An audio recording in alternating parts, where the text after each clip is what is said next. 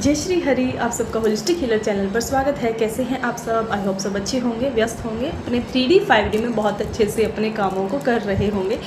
तो आज का जो टॉपिक है ये है थोड़ा सा डिफरेंट, और इस वीडियो में मैं इस वीडियो के थ्रू मैं ये जिन लोगों को नहीं पता, हो सकता है किन्हीं लोगों को पता हो, कुछ लोगों को पता हो, लेकिन हो सकता है कुछ लोगों को नहीं पता हो कि हम अपने ऑरा को जो माला हम जाप करते हैं उसके साथ कैसे चेक कर सकते हैं। अपने ऑरा को, अपने घर के ऑरा को, यानी कि किसी भी चीज़ के ऑरा को, आभा मंडल की एनर्जीज़ को आप कैसे चेक कर सकते हैं। बहुत ईजी मेथड है।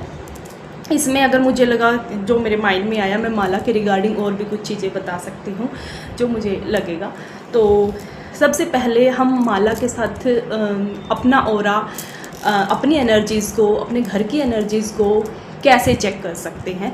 जब भी हमें किसी चीज़ में कन्फ्यूज़न हो तो हम माला के थ्रू, जो माला चार्ज्ड है, मंत्र जाप के साथ अभिमंत्रित होनी चाहिए, ठीक है। उसके साथ हम कैसे किसी भी चीज़, किसी भी कन्फ्यूज़न के लिए आंसर ले सकते हैं, कैसे एनर्जीज़ को चेक कर सकते हैं, अपने घर की एनर्जीज़ को, अपने रूम की एनर्जीज़, यानी कि डिफरेंट जो आपके रूम होते हैं उनकी एनर्जीज़ को, और अपने आभा मंडल को, अपनी फैमिली के, जो आपकी फैमिली के जो लोग हैं या किसी भी पर्सन के आभा मंडल को आप कैसे माला के साथ चेक कर सकते हैं।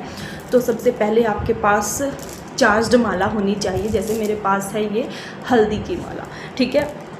तो आप क्या करेंगे, पहले थोड़ी देर उस माला के साथ, एनर्जीज़ के साथ बैठ करके आराम से बैठेंगे, ठीक है। शुद्ध आसन पर बैठ सकते हो या कहीं भी किसी शुद्ध प्लेस पर आप बैठ सकते हो, ठीक है, घर में। तो आप उस माला से थोड़ी देर कनेक्ट करेंगे, ठीक है। आपके इष्ट का जाप करेंगे, जो भी जिस देव की आपने माला ली है, जाप करते हैं, उसका ध्यान करेंगे, ठीक है।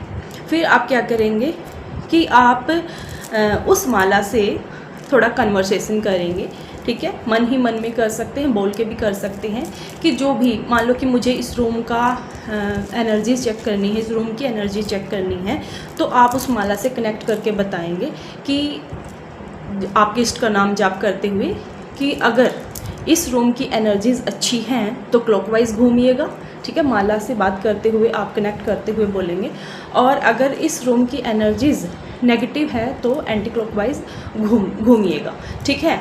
तो जैसे ही आप पहले माला बिल्कुल मतलब हाथ में लेंगे और बिल्कुल उसको स्टेबल रखेंगे, यानी कि हिलनी नहीं चाहिए। रूम में फ़ैन नहीं चलना चाहिए, अभी यहाँ पर तो चल रहा है, तो रूम में फ़ैन नहीं चलना चाहिए। एसी भी जब हवा देता है तो यानी कि हवा नहीं होनी चाहिए, ठीक है, क्योंकि माला हिलनी नहीं चाहिए, स्टेबल होनी चाहिए भी पहले। तो अगर जब आप माला से बात करेंगे, पूछेंगे, तो वो माला घूमेगी, ठीक है। हवादार, यानी कि हवा नहीं होनी चाहिए भाई, ये शर्त है। आपका हाथ भी कांपना नहीं चाहिए। तो बिल्कुल स्टेबल होने के बाद आप पूछेंगे। जब वो क्लॉकवाइज घूमेगी तो समझिएगा कि आपके रूम की, आपके ऑरा की पॉजिटिविटी को शो कर रही है। अगर एंटी क्लॉकवाइज घूमती है, क्योंकि आपने इंटेंशन यही डाली है ना कि अगर रूम की एनर्जीज़, मेरे ऑरा की एनर्जीज़ नेगेटिव है तो एंटी क्लॉकवाइज घूमना, अगर पॉजिटिव है तो क्लॉकवाइज घूमना। ये हमें लामा फेरा में सिखाया गया था ये तरीका। तो जो हमारे मेंटोर थे उनको बहुत बहुत थैंक यू, बहुत अच्छे तरीके से बताया था। तो इस तरीके से आप अपना आभा मंडल, अपने घर की एनर्जीज़ को चेक कर सकते हैं, और उसको फिर माला को आपको क्लींस भी करना है, ठीक है। और कुछ लोग पूछते हैं कि माला को, जैसे स्टार्टिंग में होते हैं जो, जिनको एक लंबा समय हो चुका है, भाई वो तो जानते ही हैं कि माला पर हम जाप कैसे करते हैं, लेकिन कुछ लोग हैं जो जानते नहीं कि माला पर जाप कैसे किया जाता है। जब भी आप कोई नई माला खरीदते हैं ना, सबसे पहले तो उसकी पूजा आपको करनी होती है, उसका शुद्धिकरण करेंगे। कुछ टाइम उसको कच्ची लस्सी, जिसको बोलते हैं कच्ची लस्सी, यानी कि जिसको थोड़ा सा दूध और पानी डालते हैं ना, उसमें गंगा जल डालते हैं तो वो बन जाती है कच्ची लस्सी। तो उसमें आप उसको डुबो देंगे, डिप करके रख देंगे कुछ घंटे, ठीक है। फिर उसकी धूप बत्ती उसको दिखाएंगे, उसको तिलक करेंगे माला की, इससे आपकी माला हो गई शुद्ध, ठीक है। शुद्धिकरण यानी कि मंत्रा जाप के लिए तैयार हो गई। लेकिन यहाँ पर डुबोनी होती है भाई, डिप करनी होती है माला थोड़ी देर के लिए, कुछ घंटों के लिए, लेकिन कमलगट्टे की माला को मत डिप कर देना, क्योंकि कमलगट्टा फूल जाता है। तो यहाँ पर आप ऐसे शुद्धिकरण कर सकते हैं, उसके बाद ही आप जाप करेंगे, ठीक है। मान लो कि ये जो माला होती है ना, 108 मोती होते हैं, और जो 109वां मोती होता है ना, वो होता है सुमेरु, इसको बोलते हैं सुमेरु, ठीक है। जब आप जाप करते हैं ना तो आप जिस भी, यानी कि ये वाली फिंगर आपकी टच नहीं, भी फिंगर आपकी टच नहीं होनी चाहिए। तो आप ऐसे ऐसे जैसे जाप करेंगे हृदय के पास रख करके, ठीक है, जाप करेंगे ना, तो जैसे मान लो कि आपका जाप करते करते यहाँ तक आ गया, ठीक है, यहाँ तक आ गया आपका जाप, तो आप इसको क्रॉस नहीं करेंगे, ठीक है, आप ऐसे क्रॉस नहीं कर सकते सुमेरु को, तो आपको ऐसे ही टर्न करनी पड़ेगी माला, ठीक है, यानी कि इधर से आप वापस से फिर से बैक करके जाप करेंगे, ठीक है, सुमेरु को क्रॉस नहीं करेंगे। यहाँ तक आए थे तो ऐसे ही यहीं से माला को घुमा देंगे, ठीक है, ऐसे जाप करेंगे फिर। तो इस तरीके से आपको माला पर जाप करना होता है। एक चीज़ ये होती है कि माला को ना आप कभी भी खुले में नहीं रखेंगे, अपने मंदिर में आप माला को खुले में नहीं रखेंगे, उसको हमेशा गोमुख में रखेंगे, क्योंकि माला की एनर्जीज फिर स्कैटर होती हैं, ठीक है। और कई बार क्या होता है ना कि जब हम थोड़ा सा नेगेटिव फील कर रहे होते हैं और जैसे ही हम अपने पूजा घर में जाते हैं, अपने घर के मंदिर में जाते हैं, आसन पर बैठते ही आपका ऑरा क्लींस हो जाता है।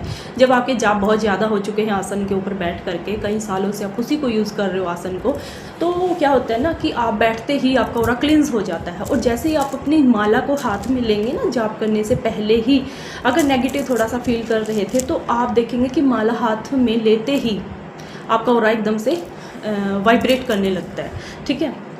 तो और इसको इसीलिए गोमुख में रखना चाहिए या किसी शुद्ध कपड़े में आप इसको लपेट करके रख सकते हैं, लेकिन खुले में माला कभी नहीं रखनी चाहिए, ठीक है। और सभी लोगों की माला जितने भी घर में जाप करते हैं अलग होनी चाहिए, ठीक है, आप ऐसा कर सकते हैं। कुछ लोग पूछते हैं कि माला, क्या हम एक ही माला पर बहुत सारे जिन देवी देवताओं का हम जाप करते हैं एक ही माला यूज़ कर सकते हैं? फिर देखिए, कुछ अगर आप डिफरेंट माला यूज़ करते हैं, मान लो कि आप शिव और गणेश जी के जाप के लिए रुद्राक्ष को यूज़ करते हैं, हनुमान जी के जाप के लिए रुद्राक्ष माला यूज़ करते हैं, तो आप सेम माला यूज़ कर सकते हैं।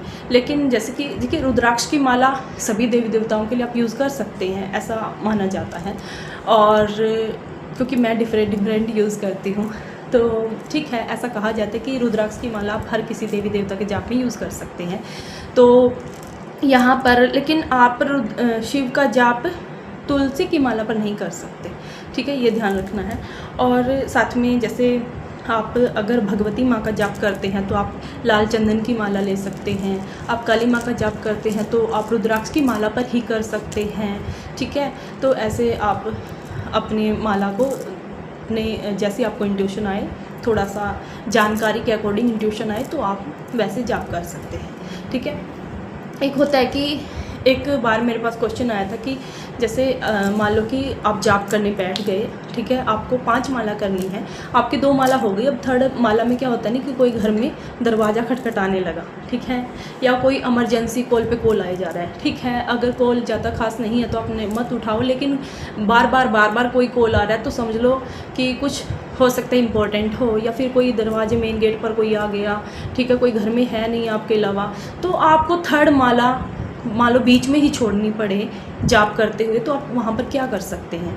सबसे पहले आप, ठीक है, थोड़ा सा आचमनी से जल लेंगे, ठीक है, छोड़ने से पहले, क्योंकि आप बीच में छोड़ रहे हो ना इमरजेंसी की वजह से, तो आचमनी से थोड़ा सा जल लेंगे, जल लेकर आप बोलेंगे कि ओम इंद्राय नमः, ओम शुक्राय नमः, और बोल करके अपने आसन के नीचे छोड़ देंगे और उसको ऐसे धरती माता को ऐसे, ठीक है, प्रणाम करेंगे, उस जल को अपने माथे पर लगाएंगे, ठीक है। तो फिर आप उस इष्ट अपने जो जिस देवी का आप देवता का आप जाप कर रहे थे उनसे माफ़ी मांगेंगे और फिर आप जा सकते हैं। अब क्वेश्चन ये आता है कि जब, ठीक है, आपका जाप बीच में 2.5 माला हुई थी तो अब क्या करेंगे? तो आपको जो 3rd माला थी ना, क्या क्वेश्चन ये था कि क्या हमें अब शुरू से, यानी कि 1st माला से ही जाप करना शुरू करना पड़ेगा या 3rd से? देखिए, आप मिड में छोड़ के गए थे तो आप मिड से तो स्टार्ट नहीं करेंगे, आपको 3rd माला फिर से करनी पड़ेगी, ठीक है। 3rd माला से आप फिर से स्टार्ट कर सकते हैं, इस तरीके से आप जाप कर सकते हैं। एक क्वेश्चन ये आता है कि क्या हम जाप माला को गले में पहन सकते हैं? नहीं पहन सकते आप जाप माला को गले में। कारण क्या होता है ना, जो जाप माला होती है उसकी एनर्जीज़ आप उस पर हज़ारों मात्रा में जाप कर चुके हैं, तो आपकी बॉडी उसको सहन नहीं कर पाएगी, सिर घूमने लगेगा, वॉमिटिंग हो सकती है, कुछ डिफरेंट चीज़ें हो सकती हैं, ठीक है। तो आप नहीं पहन सकते। और कई बार क्या होता है ना कि जाप माला पर आप इष्ट देव का जाप, अपने देव का जाप कर रहे हैं, उनको समर्पित कर रहे हैं, तो आप उसको, और इंसान के मन में देखिए हज़ारों विचार आते हैं, है ना। कई बार ऐसा होता है कि ना चाहते हुए भी इधर उधर के ख्याल नेगेटिव भी आने लगते हैं, कुछ ऐसे वैसे विचार आने लगते हैं, आप समझ सकते हैं। तो आप जाप माला को भी गले में नहीं पहन सकते। तो ये थे कुछ इम्पोर्टेंट पॉइंट्स, और सबसे मेन तो यही था कि आप ऑरा को कैसे चेक कर सकते हैं जाप माला के साथ, ठीक है। तो मे बी ये वीडियो आप लोगों के लिए, कुछ लोगों के लिए हेल्पफुल रह सकती है। अगर पसंद आई है इसको तो लाइक कीजिएगा, चैनल को सब्सक्राइब कीजिएगा। जय श्री हरि।